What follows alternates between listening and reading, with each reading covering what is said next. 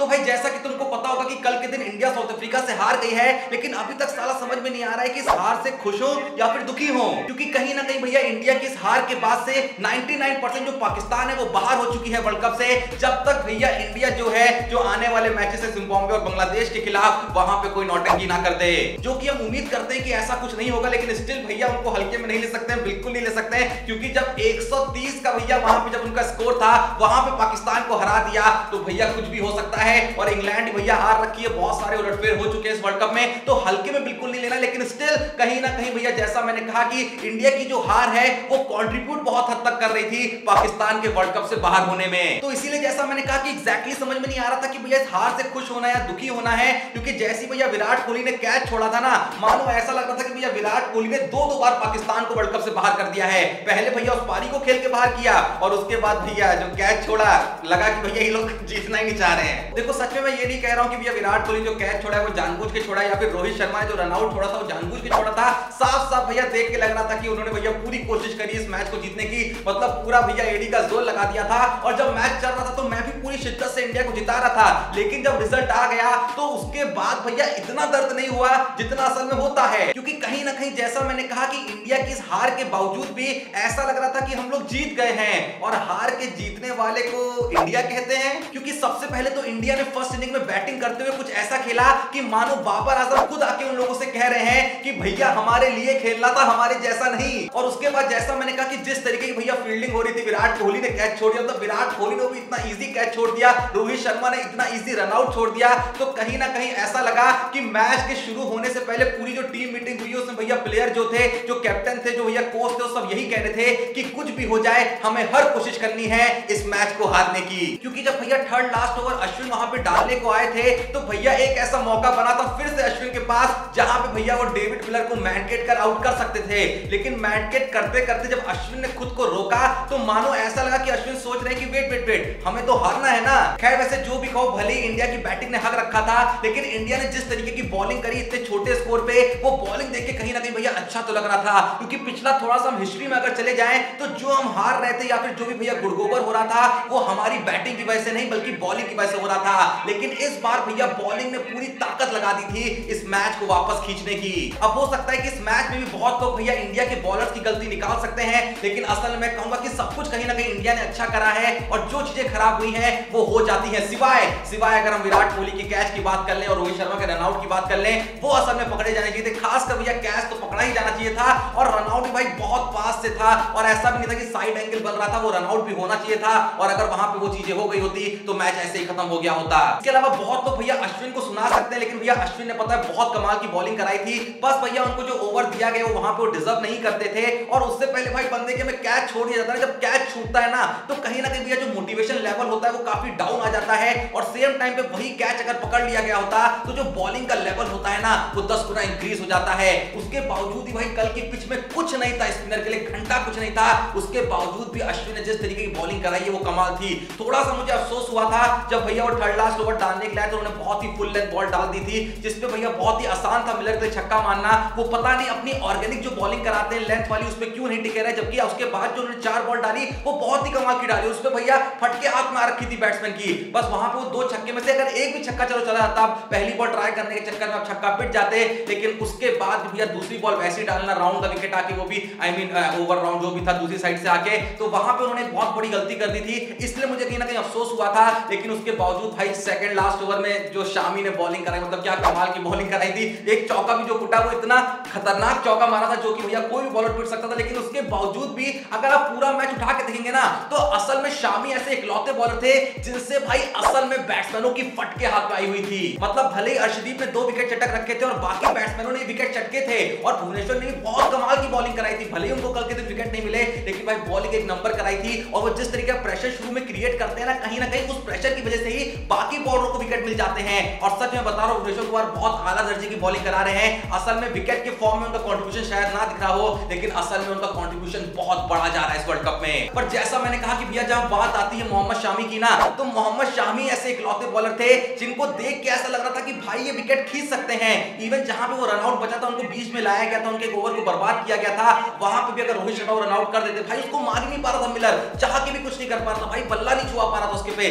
जैसे तैसे भैया सेकंड लास्ट ओवर में एक चौका मार दिया, उसके बावजूद भी शामी ने इतना बेहतरीन ओवर डाला था वो वाला। तो कहीं ना कहीं भैया शामी की बॉलिंग को कल फिर से देख के ऐसा लग रहा था कि हमने इसको भैया बाहर बैठा के क्यों रखा था। कसम से अगर ये एशिया कप में होता तो भैया पूरी कहानी एशिया कप की कुछ और हो सकती थी, सारा इतिहास ही भैया बदल के रख चुका होता अभी तक। लेकिन भैया अब बात आती है सीरियस होने वाली, क्योंकि देखो केएल राहुल भले ही देखो पहले 2 मैच में नहीं चले थे, तो थोड़ा सा हम कहते ठीक है भैया केएल राहुल रन मार के आए, साउथ अफ्रीका के खिलाफ भी रन मार के आए थे, तो भैया ये बंदा परफॉर्म करेगा, कैलिबर है। और अब भी कहता हूं कैलिबर है, लेकिन भैया जब थोड़ा ज्यादा होने लगता है ना तो सोचना पड़ता है। तो कल के दिन भी भैया केएल राहुल का कहीं ना कहीं आउट होना ये सवाल खड़ा करता है कि क्या अब ऋषभ पंत को टीम में लाया जाएगा। हमने ऑलरेडी कल के मैच में देखा कि भैया दिनेश कार्तिक इंजरी के कारण बीच मैच से चले गए थे, तो मुझे 99% अब ये लग रहा है कि ऋषभ पंत की टीम में एंट्री हो जाएगी। और मेरे को समझ में नहीं आया कि दीपक हुडा का लेके आए थे, अगर उनको बॉलिंग नहीं करवानी थी तो ऋषभ पंत को भी ला सकते थे, लेकिन कहीं ना कहीं वो दीपक हुडा को इसलिए लाए होंगे कि जरूरत पड़े तो भैया एक बॉलर होना चाहिए, मजबूरी नहीं होनी चाहिए कि भैया इन 5 बॉलरों से बॉलिंग करानी है।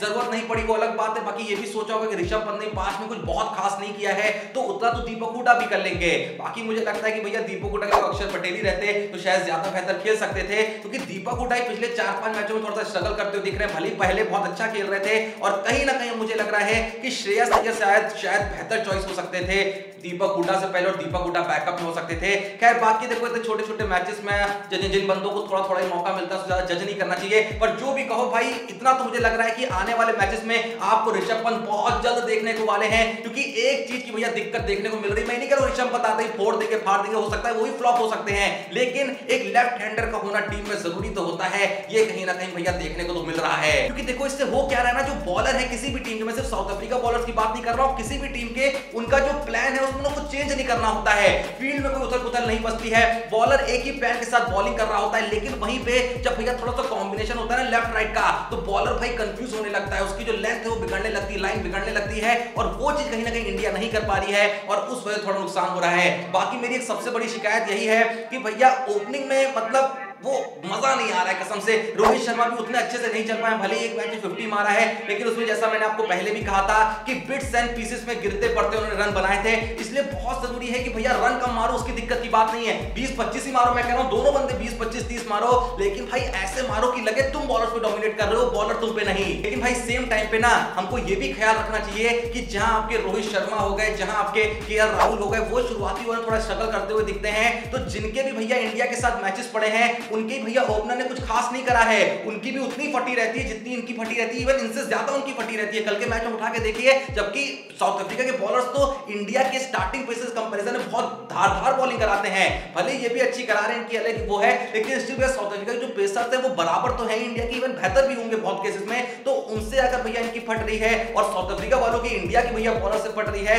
तो इतना मैं बहुत ब्लेम नहीं करना चाहूंगा, लेकिन बस मैं चाहता हूं वो इंटेंट दिखना चाहिए, कन्वर्ट टू इंटेंट उसकी दिक्कत नहीं है, एग्जीक्यूट हो या ना हो उसकी दिक्कत नहीं है, लेकिन इंटेंट दिखना चाहिए कि भाई ये चढ़ने को देख रहे हैं, एक बैट्समैन तो ऐसा होना चाहिए। इसलिए मुझे कभी-कभी लगता है कि ऋषभ पंत अगर ओपनिंग करते, केएल राहुल थोड़ा सा नीचे आ जाते तो कुछ शायद हो सकता था, और ऋषभ पंत को ये छूट दे दी जाए कि जाओ भैया जाके अटैक करो, उसके बाद बंदा रन मारे ना मारे कोई फर्क नहीं पड़ता, वैसे भी कौन से जो खेल रहे हैं वो मार रहे हैं। बाकी भाई सिंपली जो भी ये वीडियो देख रहे हैं तुम लोग मुझे बताओ कि भैया क्या करना चाहिए, ऋषभ पंत की टीम में एंट्री करानी चाहिए या फिर और वेट करना चाहिए, और क्या आपको लगता है भैया केएल राहुल और रोहित शर्मा जो है आगे जाके फोड़ेंगे। रोहित शर्मा देखो थोड़ा फिर भी लगता है कि अप्रोच के साथ खेल रहे हैं, केएल राहुल को लेकर स्पेशली आपका क्या मानना है कमेंट में जरूर बताइएगा। उससे बड़ा सवाल मैं आपसे पूछना चाहूंगा कि जब भैया कल के दिन इंडिया हारी तो आपको खुशी हो रही थी या फिर दुख हो रहा था, तो जो भी ये वीडियो देख रहा है ये चीज का जवाब भी कमेंट में जरूर बताना। बाकी मैं आपको बताना चाहूंगा कि जो हमारे भैया टेलीग्राम चैनल पे क्विज लाइव हो रखा था खेलो विद जोशी का, उसके इस बार भैया 2 विनर रहे, दोनों के जो भैया स्कोर थे वो इक्वल हो गए थे, दोनों के 36 मार्क्स आए थे आउट ऑफ 53, और उन दोनों का ही नाम है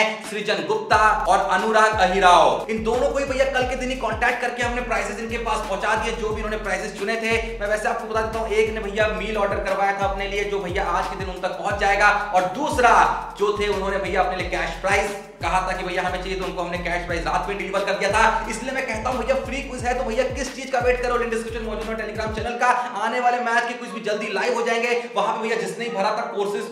कह रहा हूं, स्कोर जो है वो ऑलरेडी लाइव हो चुके हैं, तो जल्दी से जाके अपने कोर्सेज चेकआउट कर सकते हैं। फिर से कोर्सेज बोल रहा हूं, स्कोर जो है चेकआउट कर सकते हैं। जल्दी से जाए अपने स्कोर चेकआउट कर ले। रात तक भैया वहां पे जो स्कोर है वहां पे मैं एंट्री बंद हो जाएगी स्कोर देखने की, तो भैया जिसने भी भरा था वो देख सकते हैं, और जिसने नहीं भरा था भैया बिल्कुल ही वेट ना करो। आने वाले मैचेस के कुछ देखो मैक्सिमम कल तक लाइव हो जाएंगे, तो जल्दी जाके वहां पे पार्टिसिपेट कर लेना। जो अगला मैच होने वाला है बांग्लादेश के खिलाफ शायद होने वाला है, तो वहां पे भैया कुछ लाइव हो जाएगा जैसा मैंने कहा, तो बिल्कुल ही वेट ना करो। लिंक डिस्क्रिप्शन में मौजूद टेलीग्राम चैनल का, अभी जाओ जाके ज्वाइन कर लो। बाकी भैया जल्दी से देख लेते हैं कि कौन है आज के क्रिकेट स्टार जिन्होंने भेजा अपना सवाल हमारे इंस्टाग्राम के द्वारा। तो उनका नाम है निखिल गौतम, जो पूछते हैं पीयूष भाई हर्षल पटेल को मौका क्यों नहीं मिल रहा है। भाई देखो सबसे पहला रीजन तो इसलिए नहीं मिल रहा है क्योंकि जो पेसर्स खेल रहे हैं भाई उसमें से कोई कुछ खराब नहीं कर रहा है, और दूसरी चीज भाई स्पिनर की जगह तो लाएंगे नहीं, वैसे एक लौता स्पिनर का खेल रहा था, और एक स्पिनर होना भी चाहिए कि सारे पेसर के साथ नहीं जा सकते। और किसको बाहर करेंगे, भुवनेश्वर कुमार ने क्या गलती करी है, हर्षल पटेल आएंगे शायद उनसे ज्यादा ही महंगे साबित होंगे। मोहम्मद शामी तो भाई कमाल ही कर रहा है, अर्शदीप सिंह तो भैया विकेट चटका रहे हैं शुरुआती ओवर में, जो सबसे बड़ी चीज होती है, और बॉलिंग जैसा मैंने कुछ भी तक खराब नहीं हुआ है, तो कोई दिक्कत की बात नहीं। कुछ आगे दिक्कत होती तब सोचा जाएगा। इवन जो मेन काम है हर्षल पटेल का कि भैया और डेथ ओवर में अच्छी कराते हैं, तो डेथ ओवर में कोई बहुत ज्यादा परेशानी इंडिया को अभी तक तो नहीं झेलनी पड़ी है। आगे भैया जब लगेगा कि भैया जरूरत है तो वो भी टीम में आ जाएंगे। जैसा कि मैंने कहा कि ऋषभ पंत के ऊपर विचार किया जा रहा है, तो ऐसा कुछ लगेगा कि भैया इनकी जरूरत है तो उनके नाम पे विचार किया जाएगा। बाकी फिलहाल मुझे तो लगता है कि अभी कोई खास जरूरत महसूस नहीं हो रही है। लेकिन भैया आपको भले ही जरूरत महसूस हो या ना हो, अभी जाए भैया डिस्क्रिप्शन लिंक मौजूद है हमारे ग्रिकबाजी जोशी का, वहां पर जाके सवाल डीएम कर दे। जो भी आपके मन में सवाल है, तो सवाल हम अपने वीडियो में आपके नाम को शॉर्ट आउट फीचर करेंगे। वीडियो पसंद आई तो वीडियो को एक लाइक जरूर दे। जल्दी जैसा मैंने कहा कि टेलीग्राम चैनल लिंक मौजूद है जहां भैया कुछ लाइव हो जाएगा बहुत ही जल्द अगले मैच का, उसे जाके ज्वाइन कर लें। और इसके अलावा अगर अभी तक भैया चैनल को सब्सक्राइब नहीं करा, जो भी ये वीडियो देख रहा है चैनल को सब्सक्राइब कर। लेकिन जो सवाल मैंने आपसे पूछे हैं उनका जवाब मुझे चाहिए ही चाहिए कि भैया कल का मैच एंड होने पे आपको खुशी हो रही थी या दुख हो रहा था, और इसके साथ ही क्या आपको लगता है कि ऋषभ पंत का टाइम आ गया है कि उनको भैया टीम में लाया जाए। जो भी आप इस बारे में सोचते हैं कमेंट में बताना। बाकी मिलते हैं नेक्स्ट वीडियो में, तब तक के लिए जय हिंद, धन्यवाद।